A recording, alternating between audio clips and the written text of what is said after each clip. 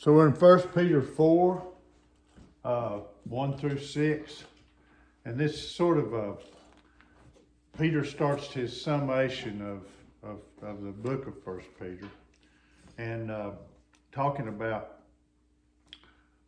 how Christ suffered and how, as a consequence, we're part of him, so we suffer too. Now, keep in mind that when we're talking about this, we're not talking about sickness, disease, and all the things that normally happen to us. We're not talking about that. Suffering because you have cancer is not got anything to do with suffering for Christ. That's a whole separate thing. Of course, we depend on him during the diseases and all that, and we know that we come out on the other side well. But here he's talking about the things you suffer for as a Christian, and it specifically talks about being maligned and being discriminated against and things like that.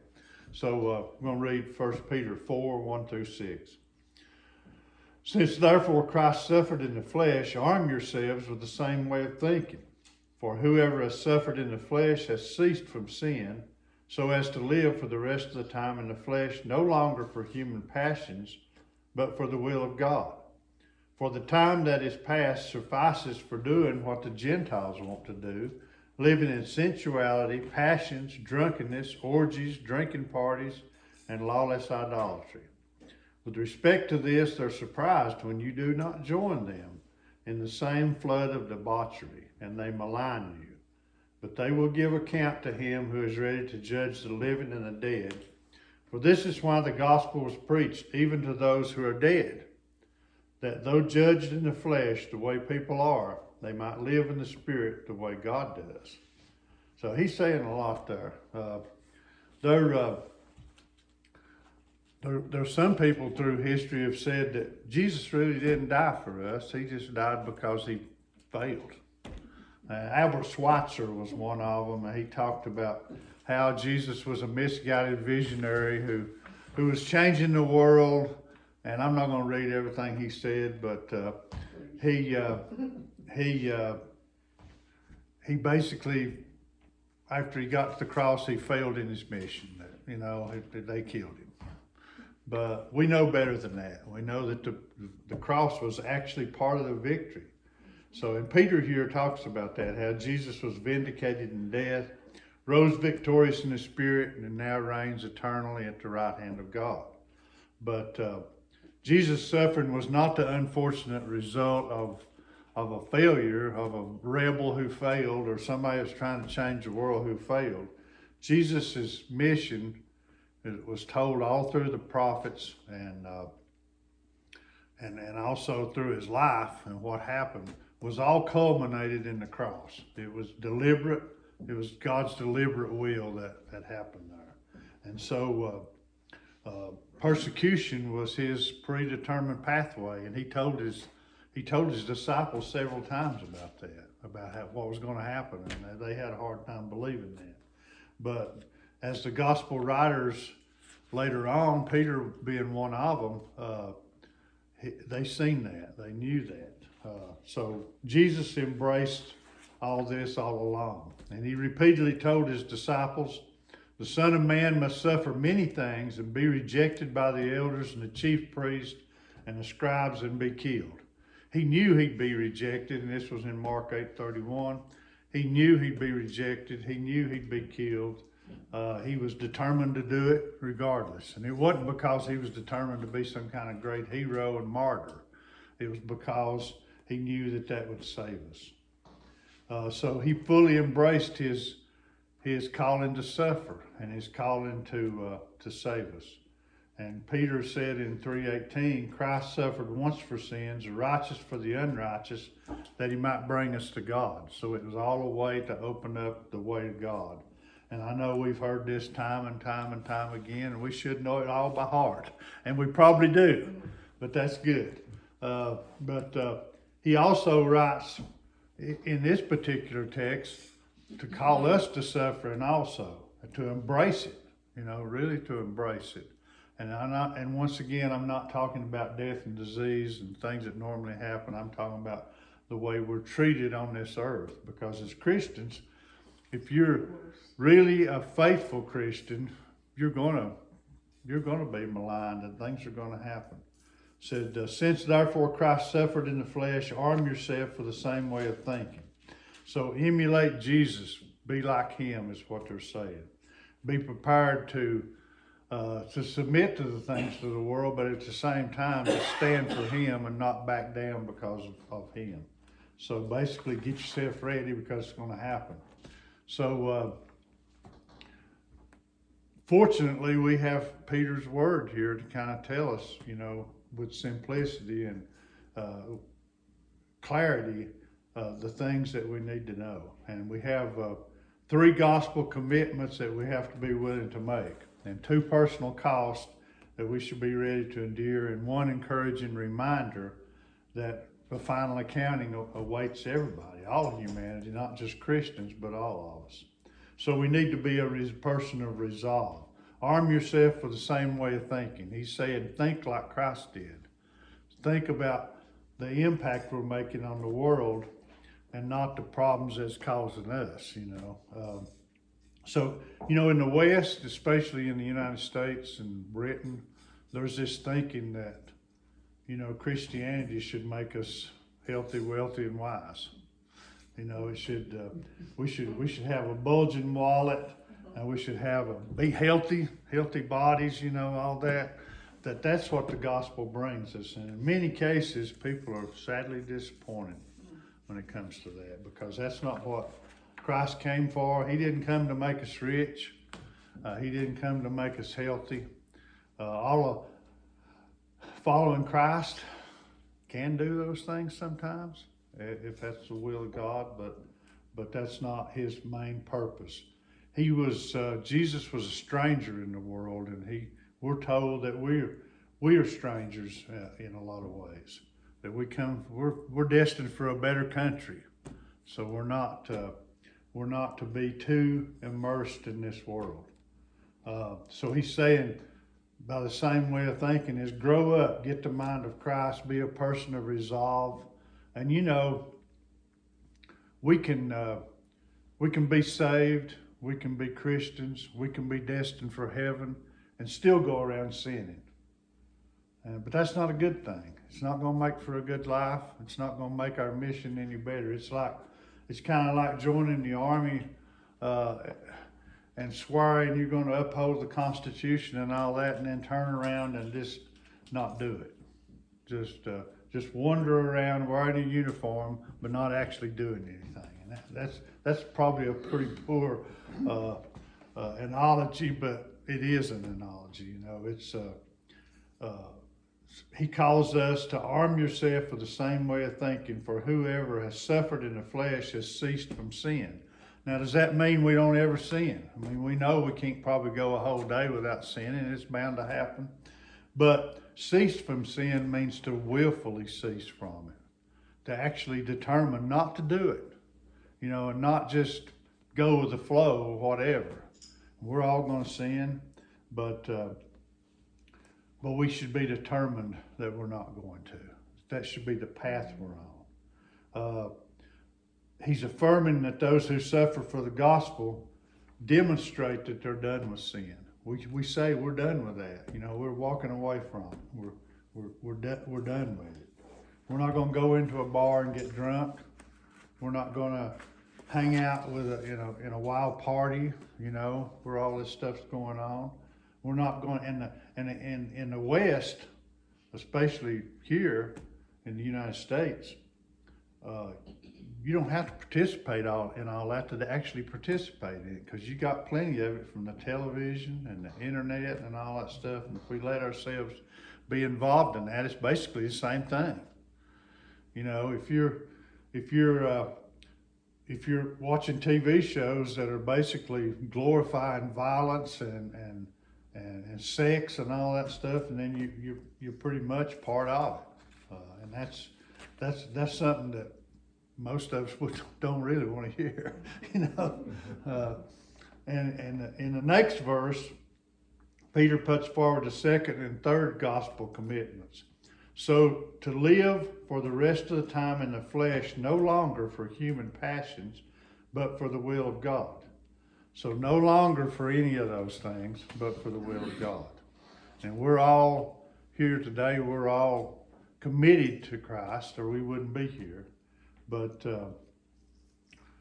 no longer for human passions. We got to put all that stuff aside, and hopefully we have. But it's there to snare us. It reach out and grab you, pretty easy. So how are we to start living for His will?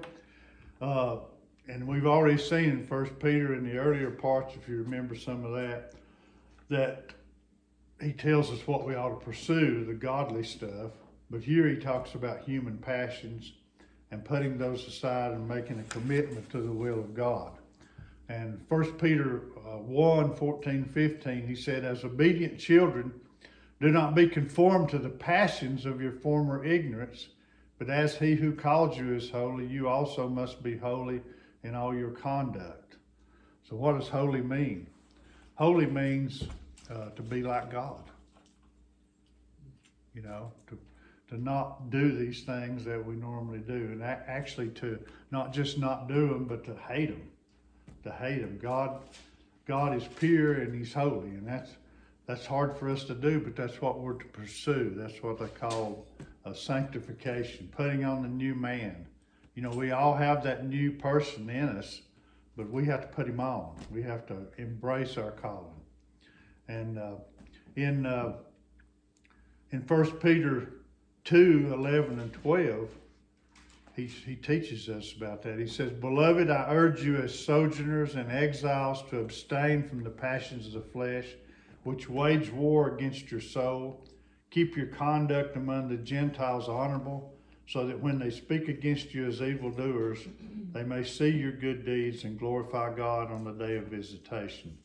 So we have to keep our conduct honorable, not only by not doing certain things, but by doing good deeds for people. People see good deeds. When they don't see good deeds coming from a Christian, it's automatically, well, he might be a Christian, but he don't act like one, or he's not really a Christian. And we're always going to be dealing with people who have a perception of that. Perception that Christians don't sin. The Christians are always holy. We know better than that, but that's the perception. And that's the current of today's time, really. In verse 3, the time that has passed suffices. And he's basically saying, that's enough already. Let's put it behind us. Let's deal with it. And then he says, living in sensuality, passions, drunkenness, orgies, drinking parties, and lawless idolatry. Basically, he's saying what you did in the past is done. It's enough. There's no more fraternity parties. They're over with, They're done with. We can't do them anymore. He says it's time to clean house, and it's time to wake up and to do this thing in our lives to keep our lives pure. There's a Danish philosopher talks about a duck, a goose. A goose that's flying, he's flying with his friends northward to escape the wintertime, and he's going across Europe. And during the flight, he came down to a barnyard where there was some tame ducks. And so he looks down and there's lots of corn there. So he drops down to enjoy some of it. And he stayed an hour, and then he said, I'll stay for the day. A week passed, and before long, a month had gone by. And so he ended up staying there all summer. And then when he heard his friends coming back, and he got this gleam in his eye. He felt restless, and he started flapping his wings, and he got up, and he took off to follow them. He got up about as high as the barn, and then he kind of gave up because he'd gotten soft and his muscles were weak and he couldn't fly real good anymore. And he said, what the heck? My life's safe here. I'll stay the winter. We'll do it again next year. Well, next year, next couple of years when they come by, he would try to flap his wings a little, and then he'd get tired and he wouldn't even take off. And the year after that, he didn't even hear them go by. He was done. He was done with it. He would just go back to eating corn, and he didn't even hear them. And that's sort of a parable for us, you know, that if you don't pay attention and if you don't do what the Bible wants you to do, then it's hard to continue, because it's easy just to let it all go. Just go back to being what everybody else does, you know. Peter says, enough, rise up. Have done with all these things, these lesser things that we should have given up long ago. C.S. Lewis struggled with his own inability to grasp the gravity of sin. He wrote, indeed, the only way in which I can make real to myself what theology teaches about the heinous of sin is to remember that every sin is the distortion of an energy breathed into us. An energy which, if not distorted, would have blossomed into one of those holy acts whereof God did it and I did it are both true descriptions. We poison the wine as he decants it into us. Murder a melody, he would play with us as the instrument. We caricure the self-portrait he would paint. Hence all sin, whatever else it is sacrilege. In other words, what he's trying to say is the energy God gave us to do the things that are wrong easily could be accomplish what's right, you know. That we use up that energy doing what's wrong when we could use it for what's right. So don't poison the wine. Be done with sensuality, lawlessness, idolatry, drinking parties, all that stuff. I don't really think any of us here do that stuff, but we could. You know, we could, and we probably have at some point in our life. But there's other peoples out there too that our witness goes to that we have to be aware of those things. And here's the three commitments that Peter would like for you to do is become a person of resolve, live for the will of God, and leave human passions behind. Now, we know as Christians that the Christian stuff is what makes us stand out in the world, and it's also what makes us targets for the world. And I seen a post on a social media the other day that said, maybe we should just start throwing the Christians to the lions again. And another one said, yeah, that's a good idea. So, you know, it could happen. It could happen easy because a lot of people, that'd be fine with it. You know? Peter goes on in verse 4, with respect to this, they're surprised when you do not join them in the same flood of debauchery and they malign you. You ever been there, you know, where people are doing stuff and you know it ain't the right thing to be doing, but if you don't do it, they're kind of making fun of you, looking down on you and maligning you like that. And that happens, and that's going to happen. Basically, they're saying, live a little, you know. Get out there and do some pleasure, you know. Malcolm Muggeridge was a writer and preacher, and he said, anyone who suggests that the pursuit of happiness, that disastrous phrase written almost by chance into the American Declaration of Independence, and usually signifying in practice the pursuit of pleasure as expressed in the contemporary cult of eroticism, runs directly contrary to the Christian way of life as conveyed in the New Testament, is sure to be condemned as a life hater.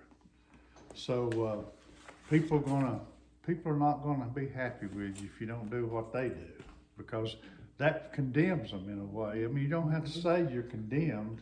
It condemns them by your act.